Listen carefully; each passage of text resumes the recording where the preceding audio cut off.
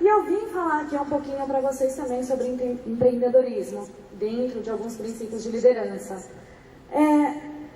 Mas pensando um pouco em como falar isso para vocês, eu queria trazer um tema para vocês, que é não seja coadjuvante. E esse tema tem me inspirado bastante na minha vida e eu quero mostrar isso para vocês. Porque para não ser coadjuvante, você precisa ter uma coisa muito importante. Você precisa ter energia. E energia focada para fazer acontecer, para você ganhar o seu papel principal na sua vida. Então, é isso que eu quero falar com vocês hoje. Sobre... Eu tenho problemas aqui. Consegui. Sobre focar a energia. Bom, para falar desse assunto e contar como esse tema ele tem me inspirado, eu trouxe para vocês uma coisa que eu sei que é uma coisa muito importante que pode mudar a vida de vocês. É sobre o meu regime. É verdade, é sobre o meu regime. Bom, há muitos anos atrás, mais ou menos uns 17 anos, eu tinha decidido que eu gostaria muito que as pessoas se aproximassem de mim, não pela minha aparência, mas sim por quem eu era.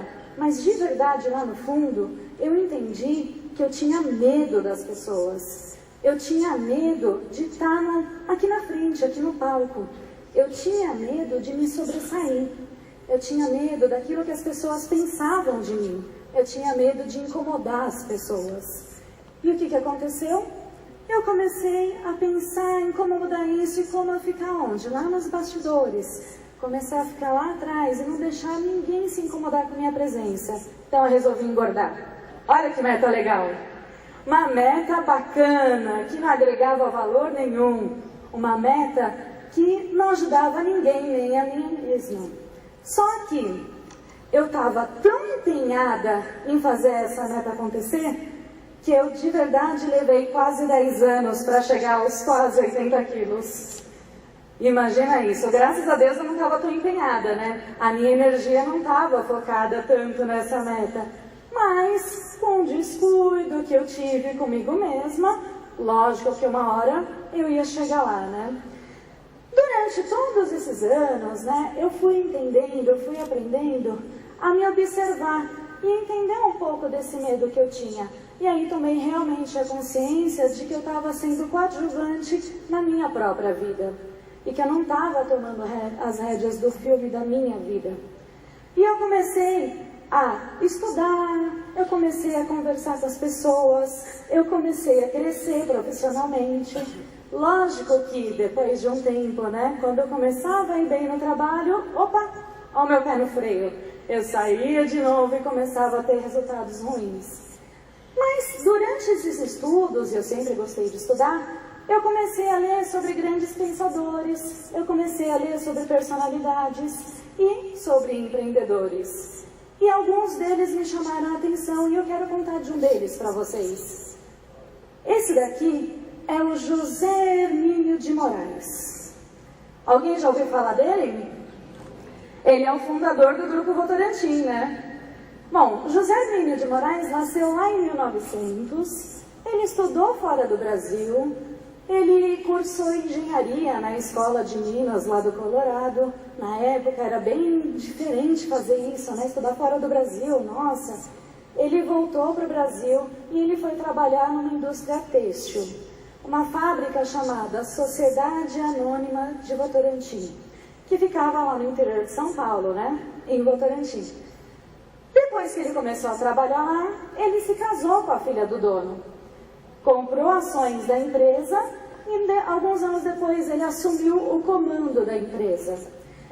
Bom, aqui vale colocar um parênteses, gente. A gente acha assim, ok, ele casou com a filha do dono, né? E aí assumiu a empresa. A empresa, ela estava quase falida quando ele fez isso. O que ele fez depois que ele assumiu? Ele sonhou. Ele pegou a empresa e ele transformou hoje no que a gente conhece, que é o Grupo Votorantim, que hoje tem empresas que vai desde o mercado têxtil, a siderurgia, indústria química, petroquímica, cimento, papel e celulose e metais não ferrosos. É muita coisa, né? Muita coisa que ele conseguiu construir. Porque lá atrás ele teve um sonho. Ele teve um sonho de crescer com o Brasil. Esse sempre foi o sonho dele. Ele queria ajudar no desenvolvimento do Brasil. Só que para fazer isso, ele tinha que estabelecer uma meta e colocar energia total para fazer acontecer. Uma coisa que me chamou a atenção dele é que, quando ele estava fazendo 70 anos, ele escreveu uma carta. Na época, ele era senador do Brasil e escreveu uma carta que vocês podem encontrar na internet, no memorial do Grupo Votorantim, inclusive, é muito bacana, leiam. Essa carta, ela fala sobre novos direcionamentos. E essa carta foi escrita em 1969.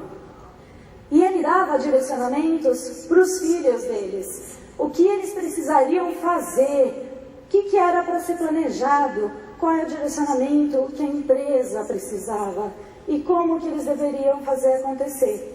Ele teve uma visão de futuro muito grande.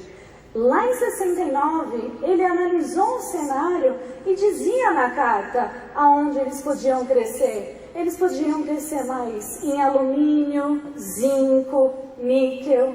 Eles podiam crescer mais em cimento e em papel e celulose. Além de tudo que eles já tinham construído. E que ele falava aqui na carta que era importante não abandonar nenhum dos negócios, porque tudo foi construído com muito sacrifício.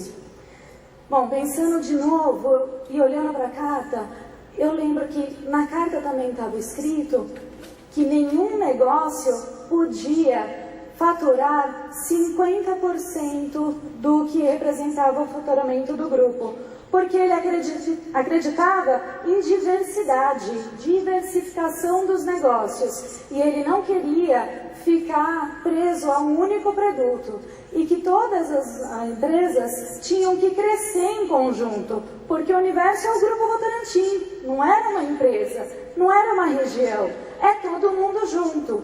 Então ele também pedia para os filhos deles se envolverem e botar energia em todos os negócios. A última parte da carta é uma carta muito bonita. Ele considerava muito a família, né? Assim como eu sei que vocês consideram. E ele pedia o envolvimento dos filhos dele. O envolvimento para que eles trouxessem os seus filhos também. E colocava nas mãos deles a responsabilidade pela estabilização do negócio e pelo crescimento contínuo. E ele dizia que só dependia da energia que eles colocavam no negócio para o negócio continuar. Olha que bacana, né? Eu também, lógico, com a minha pesquisa, eu encontrei também essa pessoa aqui que o Vitor acabou de falar, né? O Abílio Diniz. E essa frase, quando eu pesquisei e olhei para aquilo, eu falei, nossa, eu tenho que levar para o pessoal da Belcorp. Empreendedor tem que ter o quê? Meta! Empreendedor tem que ter meta. Por quê? Porque se a gente não souber para onde vai, a gente não vai chegar lá. E nem vai conseguir se organizar, planejar, priorizar para fazer acontecer. O Abílio também tinha um lema, que é esse daqui. Eu quero ser melhor hoje do que eu fui ontem. E amanhã melhor do que eu fui hoje. E uma vez ele foi questionado por que ele tinha esse lema. E se não era obsessivo demais? Sabe o que ele respondeu? Ele disse, isso é uma meta de crescimento. E quando eu olho para isso, eu só consigo seguir em frente. Olha que coisa bacana de se aprender, né? Nós, todos empreendedores. Bom, depois que eu comecei a pesquisar, depois que eu comecei a olhar tudo isso, claro, quanto mais a gente estuda, mais a gente aprende e a gente se modifica, né? Então foi o que aconteceu comigo. Eu olhei para a minha vida e falei, poxa, estou perdendo as rédeas, né? Olha quanta coisa a vida está dando de oportunidade para mim. E eu estou deixando passar, porque eu estou com medo. Então eu comecei a mudar os meus comportamentos. E aí a vida me lançou um novo desafio. Ela me lançou um desafio que foi quando eu conheci uma pessoa alguns anos atrás, mais ou menos há 4 anos atrás. E eu comecei a namorar, a gente começou a se gostar, e foi indo aquele namoro.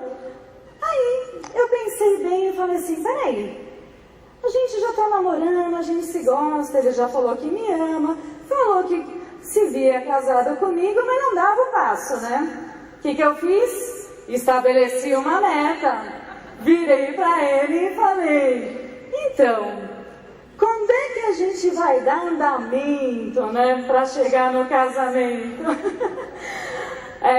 Aprendi, né? E eu tava focada, eu tava decidida. Eu virei pra ele, né, e falei assim, ele ficou chocado comigo, ficou bem chocado, mas eu tava decidida e eu disse, você tem que tomar uma decisão, porque eu sei o que eu quero. E se você não quiser, eu tenho prazo de validade, eu tenho quase 30 anos, eu vou ter que arranjar outra pessoa. Convenci ele na base dos argumentos. O que vocês acham que aconteceu, então? Tô casada há 2 anos e 5 meses com o Vitor, que acabou de falar pra vocês.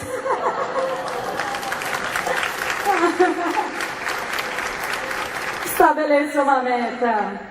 Gente, estabeleceu uma meta, foi atrás. Você consegue ganhar agilidade se a meta for de valor, se ela for boa para todo mundo. E seja sempre firme nas suas ações e decisões. Eu trouxe aqui um vídeo que eu quero mostrar para vocês desse ator, que eu aprendi muito com ele. Já vi, né? Algumas pessoas já conhecem. Will Smith, ele fez A Procura da Felicidade, Eu Sou a Lenda, Mig, e ele ensinou muita coisa para mim, e eu quero compartilhar com vocês. The separation of talent and skill is one of the greatest misunderstood concepts for people who are trying to excel, who have dreams, that want to do things. Talent you have naturally. Skill is only developed by hours and hours and hours of beating on your craft. I've never really viewed myself as particularly talented. Where I excel is ridiculous, sickening work ethic. You know, while the other guy's sleeping, I'm working. While the other guy's eating, I'm working. I realized very, very young that there's no easy way around it. No matter how talented you are, your talent is going to fail you if you're not skilled. You know, if you don't study, if you don't work really hard and dedicate yourself to being better every single day, you'll never be able to communicate with people, with your artistry, the way that you want. So the only thing that I see that is distinctly different about me is I'm not afraid to die on a treadmill.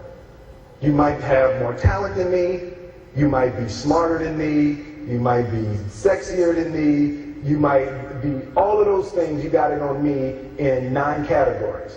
But if we get on the treadmill together, right, there's 2 things. You're getting off first, or I'm going to die. It's really that simple.